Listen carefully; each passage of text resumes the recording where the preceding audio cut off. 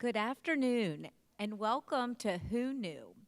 Today, resident Bob Kluel will interview resident Myriam Sigler. As you may have read in the tales, Myriam was born in Colombia and educated there by French nuns. In Panama, she became a Spanish language translator, then an interpreter. After marrying her husband Bill in 1961, she came to the United States and served for 30 years as a contractor with the U.S. State Department. She interpreted during diplomatic and trade negotiations, conferences, seminars, and social functions held at the White House and several other government agencies. Today, we will have the pleasure of hearing firsthand about Myriam's fascinating career as a translator and the interesting stories that she accumulated as a result. We are airing today's session live on TV 970, but of course, after our interview, we will have time for questions from our audience. So now I'm going to turn it over to Bob and Myriam. Thank you, Whitney. Today, I think you all know that President Biden is meeting with Vladimir Putin. We are told that the president intends to make Putin aware in no uncertain terms that the United States is upset with his aggressive actions in the Ukraine, that we will not tolerate Russian hackers holding our businesses hostage for ransom, nor will we tolerate further Russian attempts to influence our political elections. In this meeting, the president will be accompanied by his most trusted advisor. No, not the Secretary of State or the Secretary of Defense or the American ambassador. He will go with a senior State Department interpreter. Not only can Biden be sure that the precise meaning of his English words will be conveyed to Putin in Russian, but also that the appropriate intensity of feeling and subtleties of phrasing will be there. Putin will know precisely what Biden says and how intensely and seriously he feels it. The State Department interpreter comes with an extra added advantage. Her memory and the notes she takes of a two-way, two-language conversation will serve as an historical record of precisely what transpired at that meeting. The value of such a person is incalculable, and we have such a person as our guest today. Myriam Sigler was born in Colombia and received her early education in Panama and the Canal Zone and Colombia, studying translation and interpretation at the University of Panama, where she earned her bachelor's degree in 1960. She served in Panama as the in-house translator and interpreter, as well as executive assistant for both the Embassy of Switzerland and the giant Swiss conglomerate Nestle's, whose Western Hemisphere headquarters was there. She married Bill in 1961 and became a mother and homemaker, living successively in Virginia, Brazil, the Dominican Republic, and Charlottesville. In Kenya, in 1974, she served as a conference interpreter for the United Nations Environmental Program. And at that session, the Spanish ambassador was present and immediately hired her to be the official interpreter in charge of consular, cultural, and commercial affairs for the Embassy of Spain. Myriam and Bill moved to Northern Virginia in the late 70s, where for a 20-year period, beginning in 1977, Myriam served as a certified court interpreter in the Alexandria and D.C. district courts and as a senior conference interpreter for the Department of State.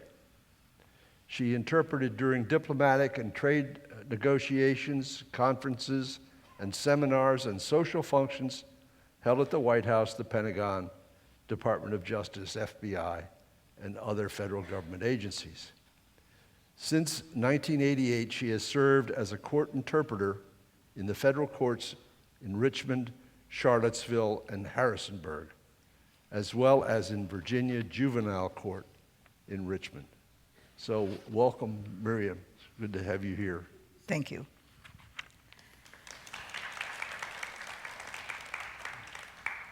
First of all, your languages. Spanish is your native tongue. Your English is fluent, colloquial. You also speak French and Portuguese. Could you start off by telling us how you achieved your fluencies in these languages? Let's start with the English. Well, the English has been increased by the fact that my father got me books in English after I had been in school in the Canal Zone for 3 years. I continued to read in English, and then my godmother married a British fellow who never was able to learn proper Spanish. So I spoke English with him, and he would make it a point to teach me more difficult words so that I would continue my learning in English. Then I progressed to learning English not only from him, but in school, and then I went to the school, the French nuns in Colombia, because my parents were going to move to Colombia. They didn't, but I loved these nuns, and I stayed there until I graduated from high school.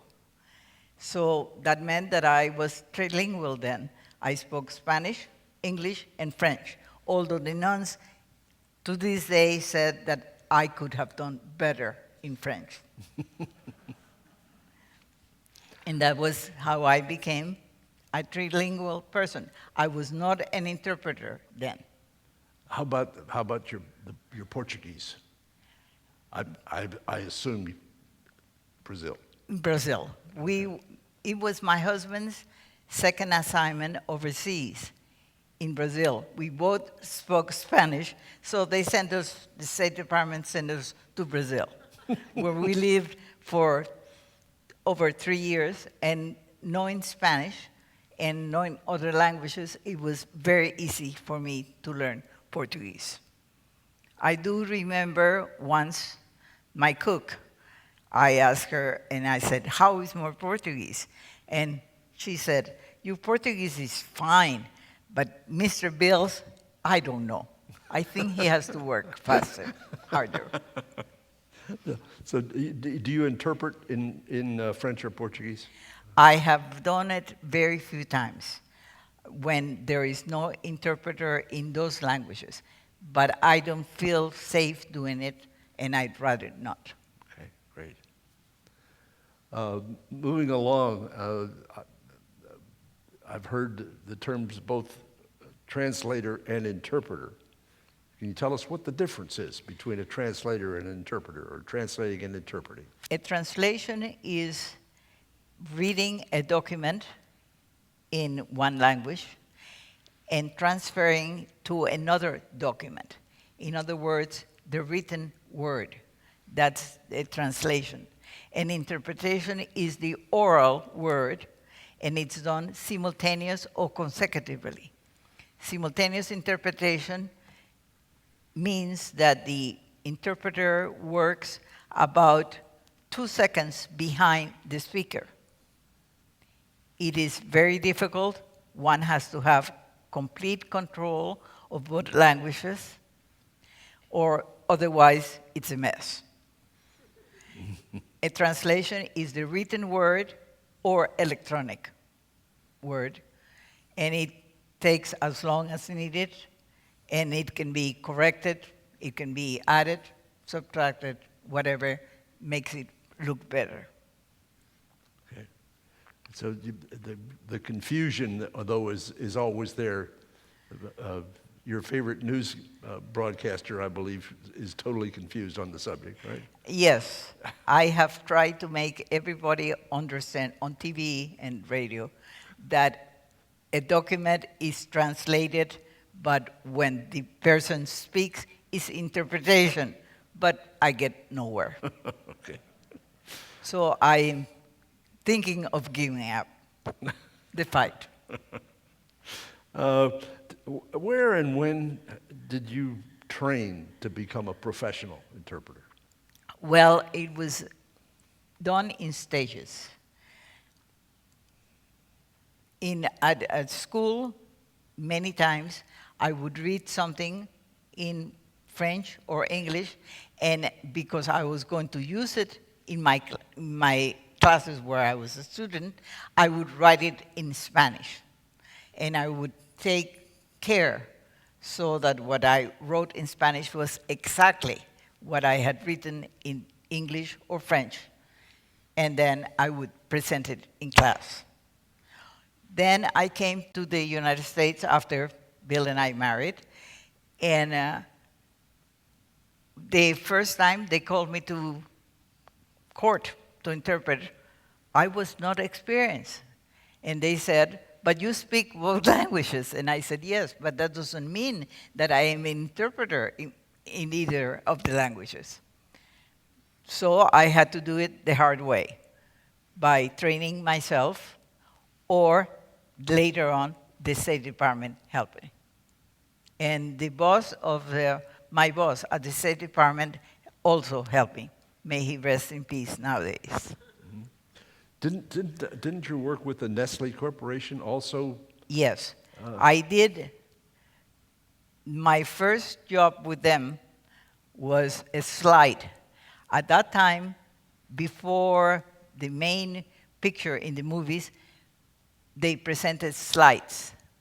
And all the advertising material of Nestle's came either from the US, New York, in English, or from Switzerland in French. And because I spoke the languages, they asked me, and I did, translate all the advertising publicity material from French and English into Spanish. That was my first training. And then they started bringing what they call food chemists, who were supposed to be interviewed by the Department of Labor in Panama in Spanish. And they spoke French and English, no Spanish. So I would go with them to the interviews. I told my bosses at Nestle's that I needed training to do it properly. And they sent me to the university. I had been in junior college in the Canal Zone, but they sent me to the University of Panama, where I finished, and I got my BA. Yeah, so I owe it to Nestle's. Okay. If you're in court, you don't want to have an interpreter who may not be very good, because you might wind up in the Huskow for a long time. So there are standards. And your resume says that you hold 2 professional credentials. One senior State Department interpreter, and the other a federally certified court interpreter. Can you tell us what each of those is? Well, I will touch on the State Department first. I was tested twice. First, as a regular interpreter, which meant that they would have a guest who didn't speak English, and I was to accompany him or her to the appointments and interpret for him or for her. Then, after I had done that for a year, maybe a year and a half, I took their senior conference interpreter test, which I passed, and then I became an interpreter, English, Spanish, in not only in visitors, with visitors, but in case of negotiations of all kind. That was one part of my work. Then the federal government, Leon Panetta, who was a representative from California in the 70s, they realized that they needed somebody who was qualified in court. There was a gentleman called Mr. Negron in New York who had been found guilty of murder. His lawyer did not speak Spanish. He did not speak English, and they had an interpreter only for about 15 minutes, maybe a full half an hour. But he did not know really what he was convicted of. So Mr. Panetta presented a law that said that interpreters in English and Spanish had to be tested. And if they did not pass the test, they could not work in court. And the first test was given to 2,000 people, and only about 50 were certified as interpreters, because it requires not only a knowledge of the language, but a knowledge of the legal terminology, because that's what is used in court. That's what many lawyers use privately with their clients. So that is the second qualification that I have. Just another aside, the value of an interpreter. The interpreter not only has to interpret what is said accurately and in the same tenor, but who she's interpreting for changes over time. It could, and the technical terminology changes with the person for whom she's interpreting. So the entire language portfolio has got to be flexible, but sometimes very specific and very technical.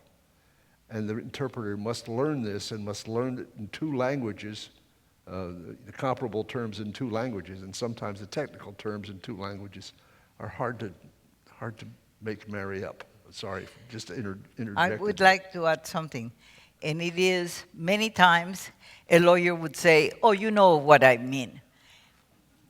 We cannot interpret that. We cannot interpret because we know what he means. He or she has to say it before we can say it. Okay, so those are the certifications. Now let's go to your work as a State Department interpreter. Tell us some of your work that you did, perhaps, say, at the White House. The White House has been probably, on one side, the easiest type of work, and in other, the most difficult type of work. It depends on the person. President Reagan was a gentleman of the old school, a joy to interpret for. The memories that I have from President Reagan are all very pleasant. In one occasion, he meant to say Brazil, and he said Bolivia. And when I interpreted, I changed it around because I knew what he meant. But that was only one time.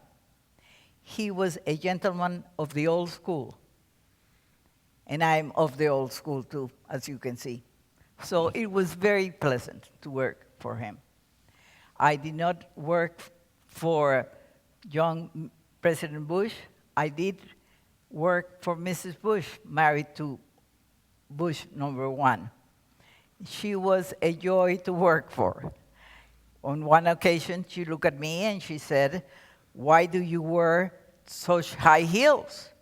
And I said, "Because I'm short." At that time, I was 5'3". I'm 4'11" now. But at that time, I was 5'3". And I said, "Because I'm short, and so I wear high heels." And she said, "But if you have to run, you won't be able to run with those shoes." And I said, "Well, but because I'm short, I can always hide behind the bush." She thought that was very funny too. She was a joy to work with. Once she used to wear pearls a lot. And she removed them and put them somewhere on the table. And I said, "Let's make sure that we don't forget them And she said, oh, don't worry about it. They're fake. Getting back to your correcting of President Reagan about the Bolivia gaffe, did that get you into any kind of trouble with your Well, bosses? I thought it was going to get me in a lot of trouble. And when I left the White House, went back to the Department of State, my boss came out and said, and I quote, "The White House just called." And I said, there goes my job. Obviously, they're complaining. And I said, yes, what did they say exactly? And my boss said, they called to thank you because I did the right thing.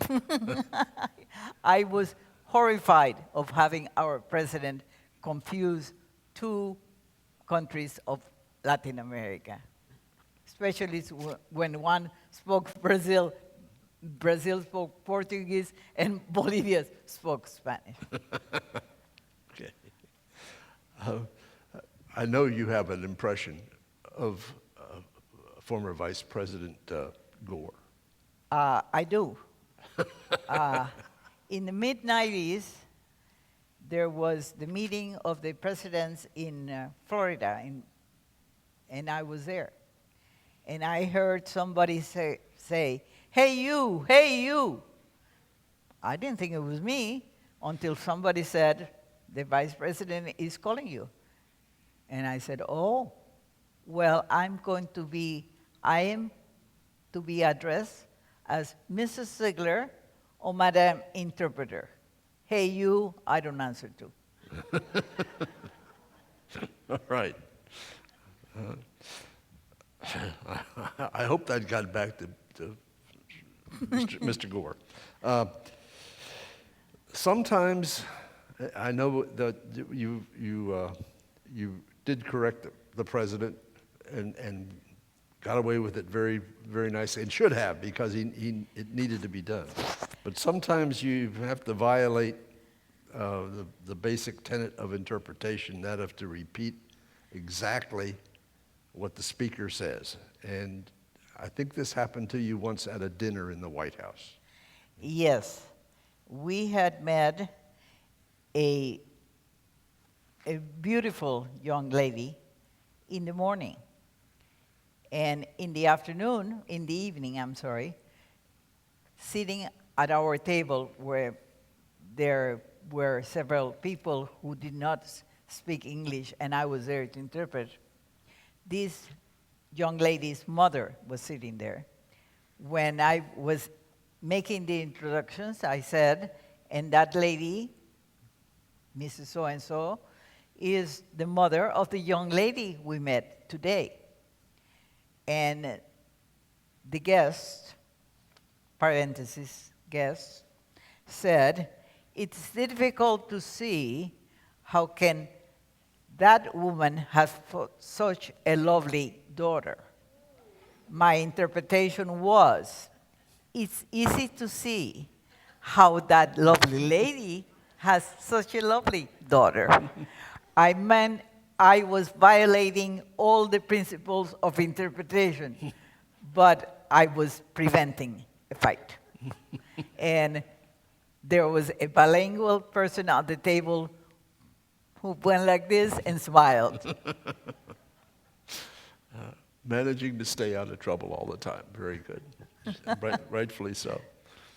Now, sometimes working for the federal government has advantages, but sometimes the government tries to do things on the cheap with some contractors, especially with regard to scheduling.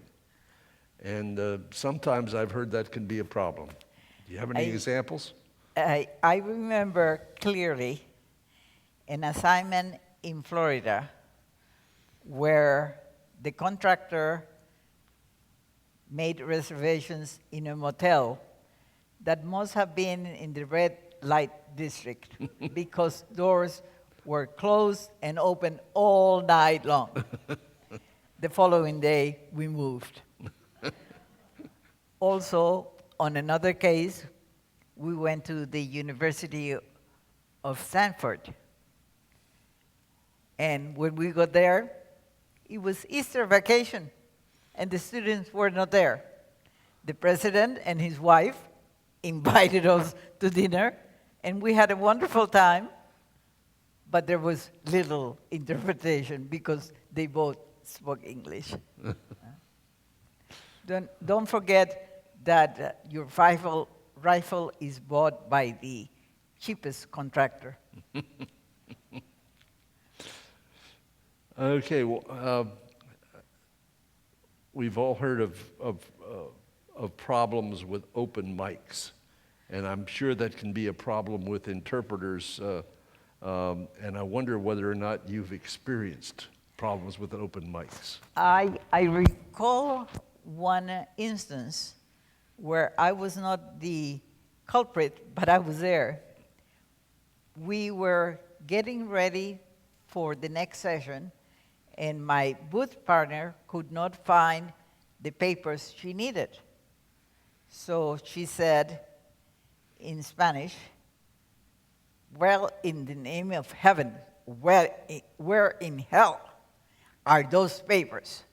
Well, the Spanish speaking people in the room all look up to see the interpreter's booth, and I just went down to try to hide under the counter. On another occasion, at the OAS, an interpreter left.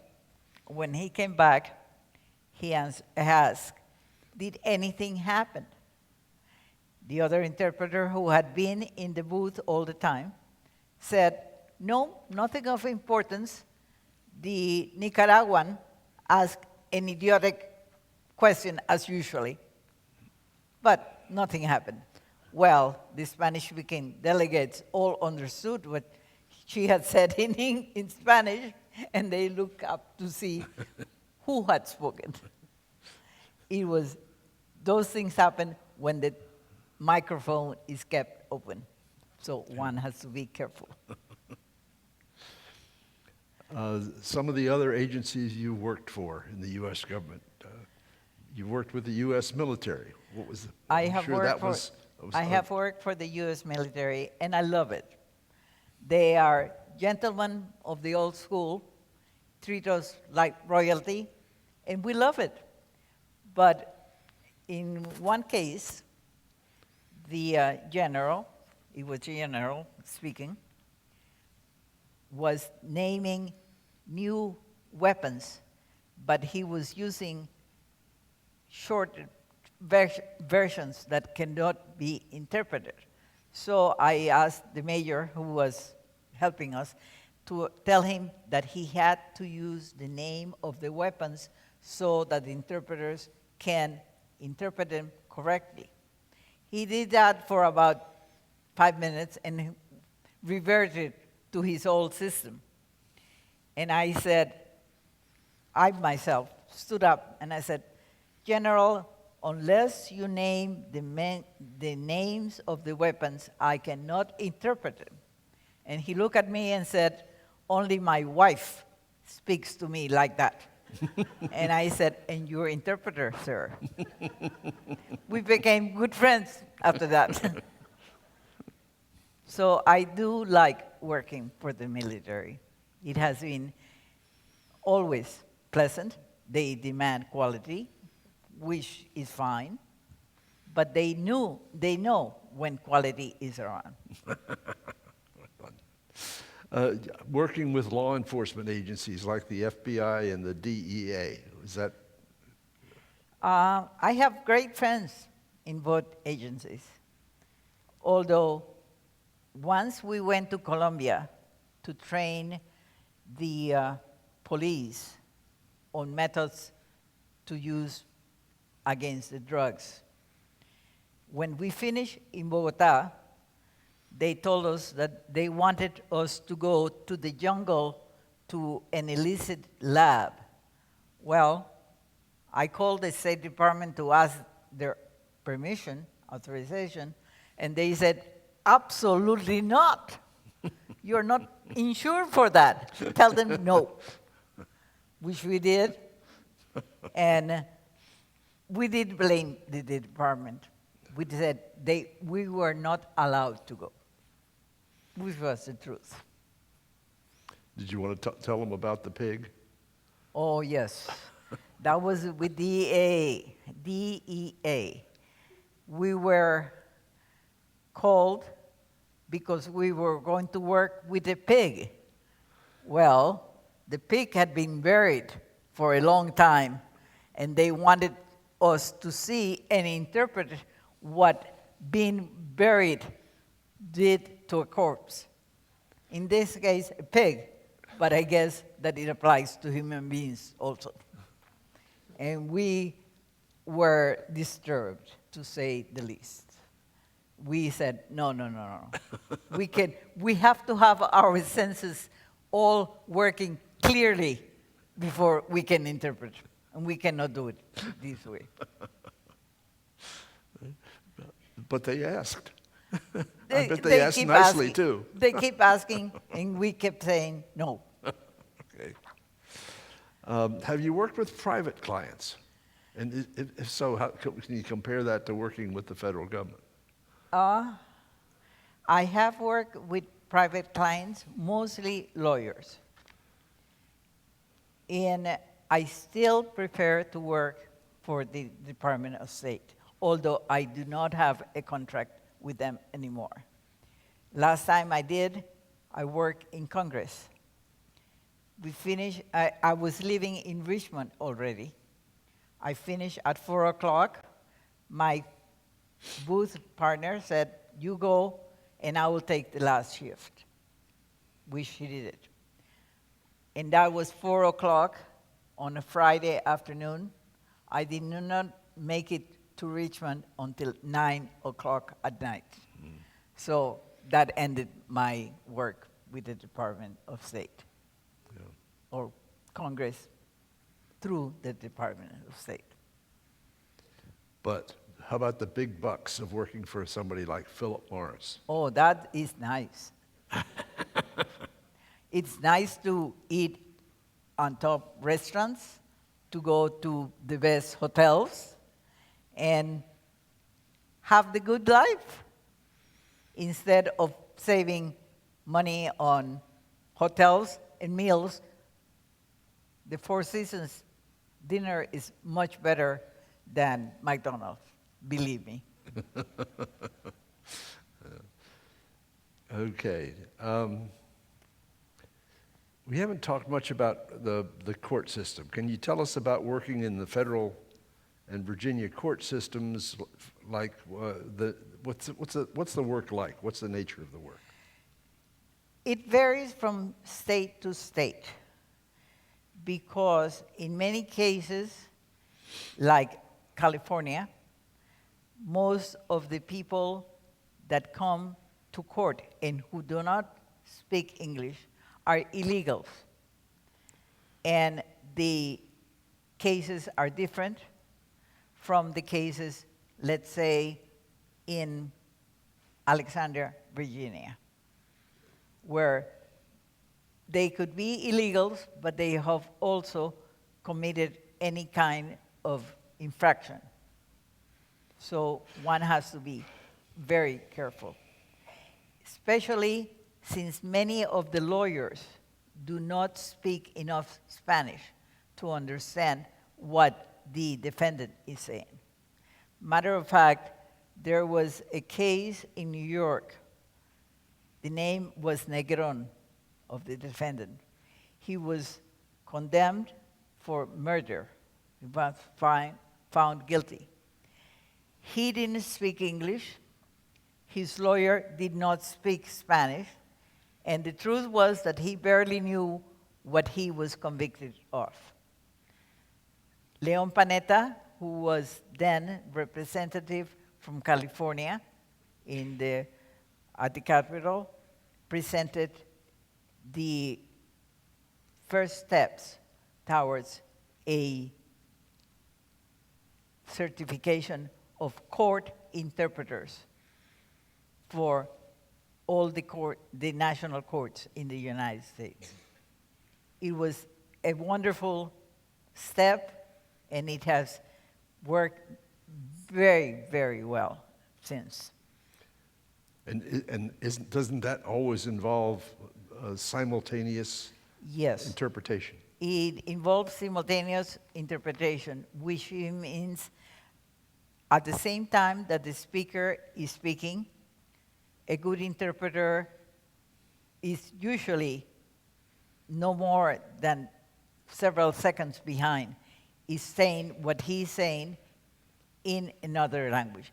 The lawyer speaks in English, the interpreter will speak in Spanish most of the time, but it could be French, Italian, whatever, Russian, whatever is necessary. I personally like to work in Spanish, English, Portuguese, English only. Although I can do it in French if somebody is going to die because I don't do it. But I prefer not to. I believe there was a drug trial in Alexandria that Yes, sounds like a joke, but I think it really happened. this really happened.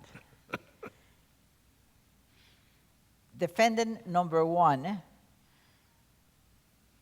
puts a package of drugs on the window sill on the outside of a window. Defendant number two comes around, he's a buyer, and he picks up the drugs. The police, who is expecting him to do that, comes and grabs both defendants, the seller and the buyer. And the questioning in court goes on like this. Mr. So-and-so, what were you doing that you saw defendant number one place the package of drugs and defendant number two pick it up? He says, I was in bed having sex with my wife. The lawyer asks, well, involved as you were in that activity, how could you see what defendant number one did and defendant number two did? And he says, well, when one has done the same thing with the same woman many times, one doesn't have to look. This really happened. I know you're going to think I'm exaggerating, but I'm not. It really happened. So we hear all sort of things. We were laughing, trying not to laugh in loud voice, until the judge said, go ahead and laugh.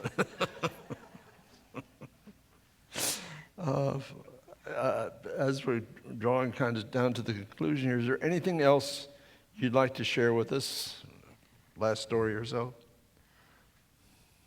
Well, I have interpreted both here, Richmond, Alexandria, District of Columbia, Maryland, and New York. And there is a story about New York. We interpreted in a trial where they named a book in French. The book has been translated to English, and it says, in English, the title is, What You Do in Certain Cases. But the interpreter did not speak any French, and the book could be said in French, what you do and you get killed. And that was what was said in court, with people opening their eyes and the judge saying, are you sure that's what they said? No, nobody was sure. But I don't know who the interpreter was, but he or she probably didn't last too long working there. Okay. when Bill finally decided to retire from the Agency for International Development, USAID, he got sponsored. No, I'm sorry. Tell me what happened in 1977 when your husband retired.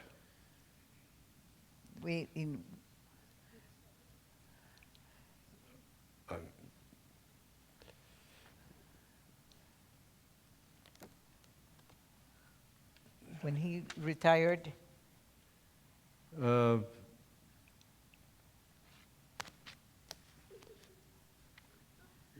Okay.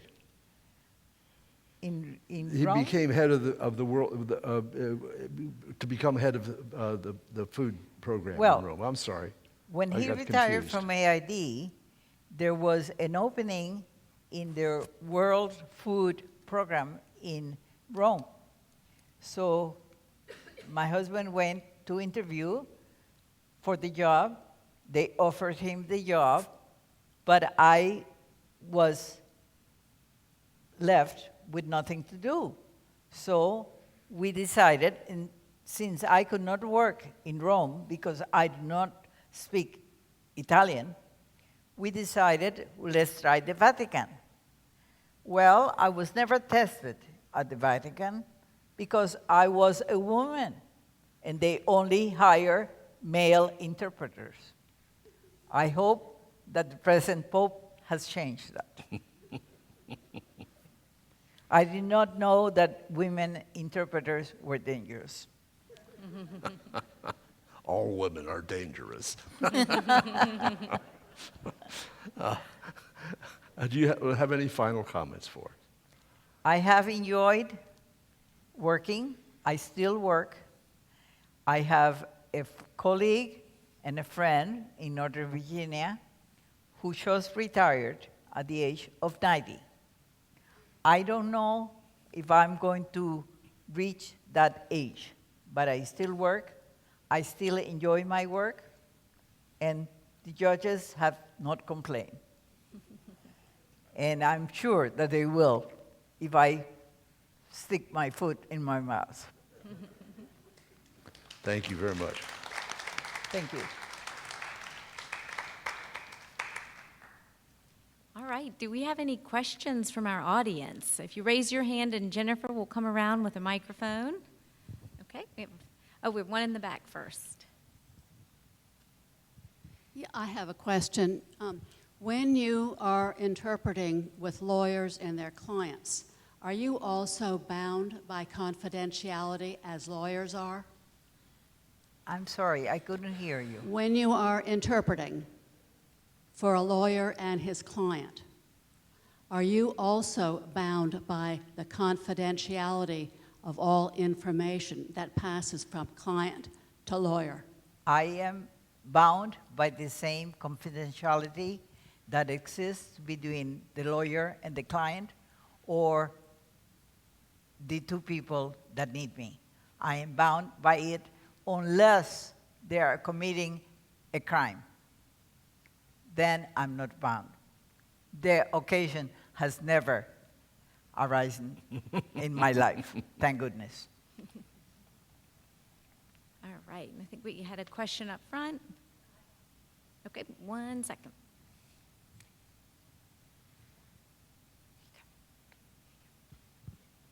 When you were interpreting for the United Nations, did you have to do simultaneous?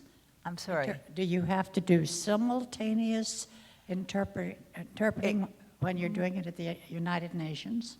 Most of it was simultaneous, yes. I do not understand how you can do it. Training, I guess. A good interpreter only runs about 2 seconds behind the speaker. Yes, so they're not waiting, as in other instances. They're not waiting, saying a sentence, and waiting for you to interpret, and then going to the next one. They're speaking at their usual speed, right? Yes, yes. And you're right behind them. And one is trained to do so. Wow. The basic item is you have to have total control of the language because there is no time to look the word up. Any other questions? Oh,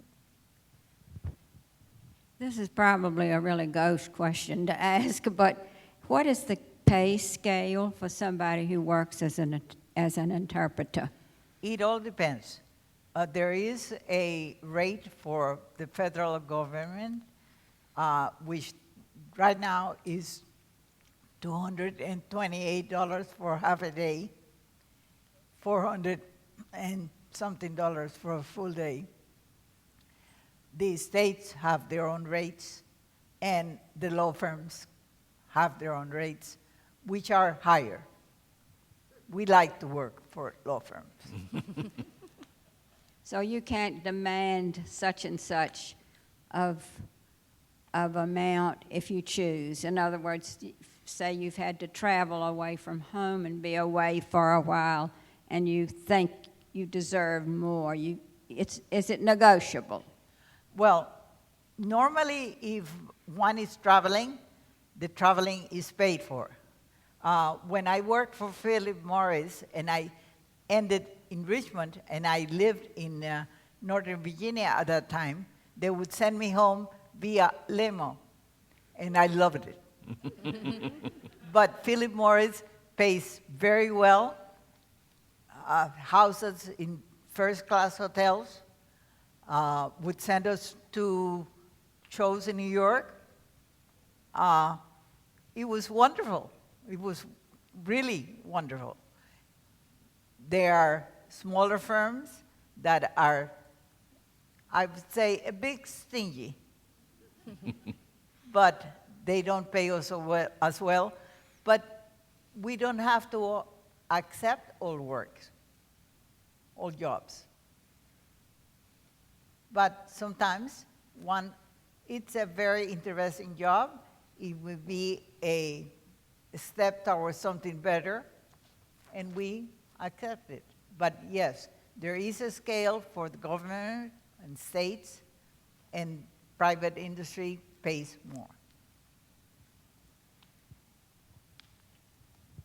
one more question up front.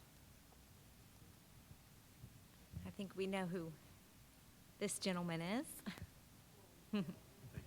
I'm her husband, and I'm not a plant. But I think, Myriam, they would appreciate hearing your impressions of President Clinton and Bush #1. President Clinton was a charmer. We was in the meeting of presidents in Florida where we were waiting for the room to empty when the booths that normally has a curtain, we heard the curtain opening, and there was President Clinton. I thought, wow, what did we do? And I said, Mr. President, what can we do? And he said, nothing. I just came because I was told that the interpretation of my speech, which was radioed simultaneously to all of Latin America, went very well. And I want to thank you. What a gentleman. I don't know that his wife thinks that, but we did. It was very nice, and working for him was always a pleasure. And Bush? President Bush, Sr., I remember once working with Mrs. Bush, Sr. She looked at me, and at that time I wore high heels, stiletto heels.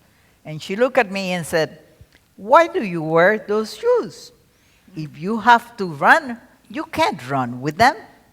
And I said, well, I wear them because I'm short. And I'm so short that I can always hide behind a bush. She thought that was funny. And the Secret Service men that were around us also thought it was funny. Great.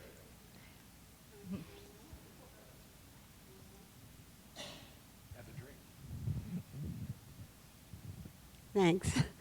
Have you ever interpreted for immigrant children, either illegally brought to this country? No, I have not. In those courts? No, the I have children? not. I have never interpreted for minors, for children. Are there special types of interpreters who interpret for children? Are they allowed to have interpreters? Or they're minors? Well, if they are asked a question in court, they have to have an interpreter if the child doesn't speak English. Mhm. There is no rule forbidding interpreters for minors. But I have never have to do it. Lucky you. Very hard Lucky to me. understand a kid today. Lucky me. All right, I think that's all of the questions from the audience, but I would like to ask one. Another resident forwarded me a little newspaper clipping of you discussing an incident with Bush and being asked about having a cocktail. Having a what? Having a cocktail with him? Oh, yes. That was at the White House. And I was working. Normally, we work in pairs. I was working with my boss from the Department of State. And we thought we had finished our work when I saw President Bush Sr. go like this. So I elbowed my boss and we ran to him. And we apologized and we said we thought we had finished. And he said, no, don't worry. I just wanted to ask you if you have had a drink. And my boss answered, we don't drink when we work. And I said, we are on duty, sir. As long as we are here, we are on duty. And he said, you both work for the State Department, right? My boss answered, yes, we do, sir. And he said, well, this is an order. Have a drink. Which we did. We each got a glass of wine, which we held. We didn't taste it until the president left. Right. That was President Bush, Sr. Hey, well, that's all for questions, and I think Bob had a few more announcements. Got to remind you of our next Who Knew, which will be held on Wednesday, July 21st at 3 o'clock in the afternoon, right here. Lee Perkins will be interviewing Barbara Chavatel. Barbara was born in Lynchburg, and when she was quite young, her family moved into the Virginia Hotel there, where her father was the manager. And her extended family became the guests of the hotel, the local patrons of the hotel, and special visitors to Lynchburg. During World War II, celebrities would visit the hotel when they were in Lynchburg to promote the sale of war bonds. So she has fond memories of meeting Greer Garson, Helen Keller, Eleanor Roosevelt, Nelson Eddy, Gene Autry, and Ronald Reagan. The Ronald Reagans. Barbara graduated from Randolph-Macon Women's College with a major in history and a minor in education. She began teaching in 1957, retired in 2000 after a total of 39 years in teaching and administration. Her stories about growing up in a hotel, about the beginning of her love affair with movies, and about her love of teaching are wonderful to hear, and we look forward to her being here July 21st. She's a resident of the Courtyard. Thank you all. Wonderful, and thank you all so much for your time today.